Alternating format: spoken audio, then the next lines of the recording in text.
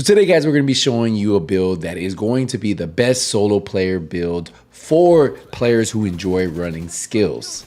Now, I'm very sorry for my voice because I was at the Heat game last night. You guys know Game 6 in Miami. It was crazy.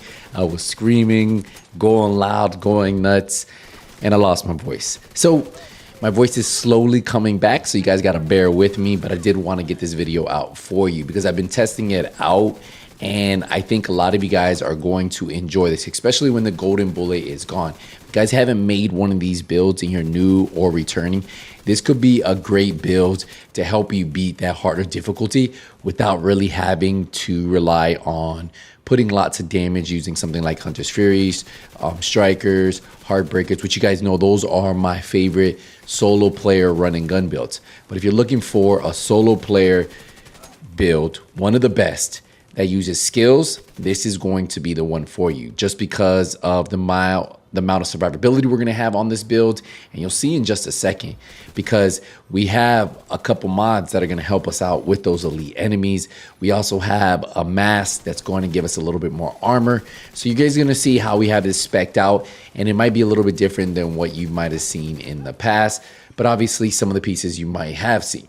So what we're gonna do here is I wanted to show you some gameplay, just showing you like I'm literally getting through this, literally not doing much, right? I'm not even worried about popping a med kit because like they're not even getting any damage on me. My skills are just dropping them left and right, and as you guys see, it does exactly what it needs to do. It helps you get through harder content very easy without putting too much effort. I'm not having to worry about hitting headshots, not worried to have like dropping enemies. All I'm doing is pinging each enemy and they are all dropping. So we cleared the first half of this control point. I think you guys seen enough gameplay. We'll also show some more while we're breaking down the build.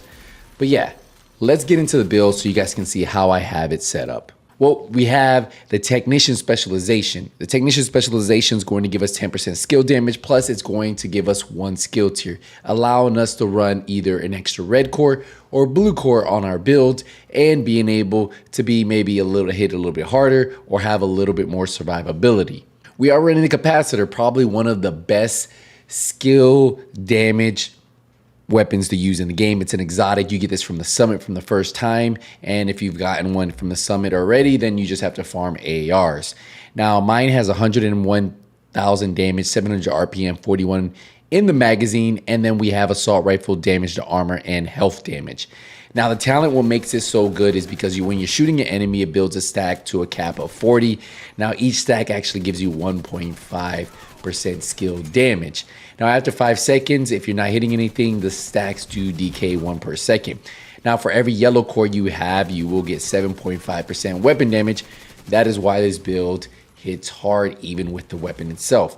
Now remember, the weapon comes with 10% crit chance, 11 in the round, 30% critical damage, and 10% weapon handling. Now I like to pair that up with the mop. The mop is kind of like my safety net. I always recommend running a weapon that can give you some type of armor back, especially close range. So what the mop does is it's the only shotgun that comes with 10% armor on kill. Now it has a shotgun damage armor, and then I have flatline on here. And then you guys know, since I'm running the Technician, I can run the laser, right? So what that's going to do is I'm honestly going to get 15% extra pulse damage. So we have reload speed, critical chance, and then the link laser pointer on this. So for the mask, I'm running the Chill Out mask. If you guys don't have this mask, well, you guys can just run a regular Gilligar mask. You're going to lose out on 12% protection from elites. But what this does is it gives me 5% total armor. So I'm also having an extra 170,000 armor because I can run 1 less yellow tier. So there you guys go. So we have 5% total armor. We have the 170,000 armor on there. So it puts us about almost 1 million armor on the build, which isn't bad for a skill build, right? We have skill damage rolled down here, and then we have 12% protection from elites and 12% protection from elites. So I decided to put protection from elites on this build, and we're almost at 50% protection from elites. You'll see in a second. And that allows me, when I am fighting in heroic and I'm going against those yellow enemies, they can't just melt me right away. I'm going to take damage because I only have 1 million armor. But again, it definitely does help. So it's something for you guys to keep in mind. You guys can actually sacrifice a little bit of skill haste on these types of builds. So here you guys go. For the chest, we're running the Empress International chest. Now, we're going to run a 3-piece. We get 10% skill health, 10% skill damage, and 10% skill efficiency. Remember, skill efficiency is skill damage, status effect, skill haste, all the goodies from skill. You get it from skill efficiency. So we're getting technically an extra 10% skill damage, 10% skill haste on this build just from running a 3-piece. Now we have skill tier, skill damage, skill haste, and then look, another 12% protection from elites. Now we have kinetic momentum. When in combat, each skill generates a stack while active or not on cooldown. Stacks increase your total skill damage by 1% and total skill repair by 2%, up to 15 stacks per skill. So you can have 15%, 15 on one, 15 on another, total 30. So it's pretty good, right? So that's why the Empress International is so good. Now we have the Waveform Holster. Waveform Holster is also buffing our damage. So we have the skill tier on here. We have the skill damage, skill haste, exactly what you want for a skill damage build. And then look what it does. Generates a stack of 3% skill damage on one of your skills every second, capping at 10. After 10 seconds at the cap, the stacks transfer to your other skills. The process then repeats. So you can have up to 30% on one, and then it goes down 15, and then it goes 30% on others. So pretty cool how this works. And that's why it's good if you have 2 skill damage pieces.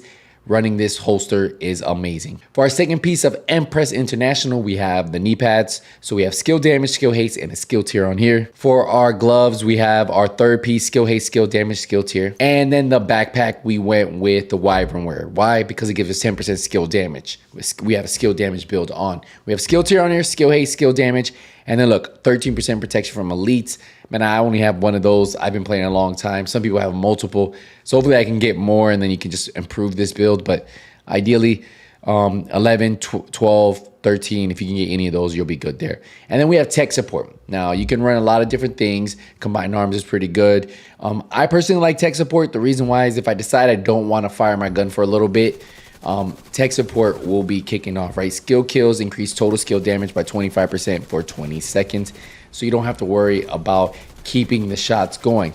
Yeah, I don't have one, but yeah, if you want one with the combined arms, obviously it's for what, 3 seconds. So really up to you how you guys want to run it. Tech support, combined arms, whatever you guys want. But yeah, those are 2 options you guys can run with this build. For the skills, we're running the assault turret. The assault turret, look at this, 134,000 damage. Remember, that's without any buffs, not the capacitor's buff, not kinetic momentum, or not waveform. So you can see how hard we're going to be hitting with this. And then we also have, if you go over here to our drone, the striker drone, 90,000, same thing. This is what without the buffs that we have on this build. So as these buffs are kicking up, you start to hit harder and harder and harder. And that's why this is one of the best solo player builds in the game for people who enjoy running skills. And that's why I like running. Go to our stats, just check it out. We're only running 20% crit chance, 75% crit damage, 75% headshot damage, 12% armor damage. Go down to our survivability, almost 1 million armor. You can see we're sitting at 49% protection from elites. And that's why we're taking 49% less damage from those elites. And that's why it's pretty good, right? So if you guys want something that gives you a little bit of survivability and you play a little bit different, this is the way you guys want to do it. But yeah, that's it, guys. That's the build right there. Hopefully you guys enjoy this one. I'll see you guys in the next one. Hey, nothing but skills out. Take it easy, everybody.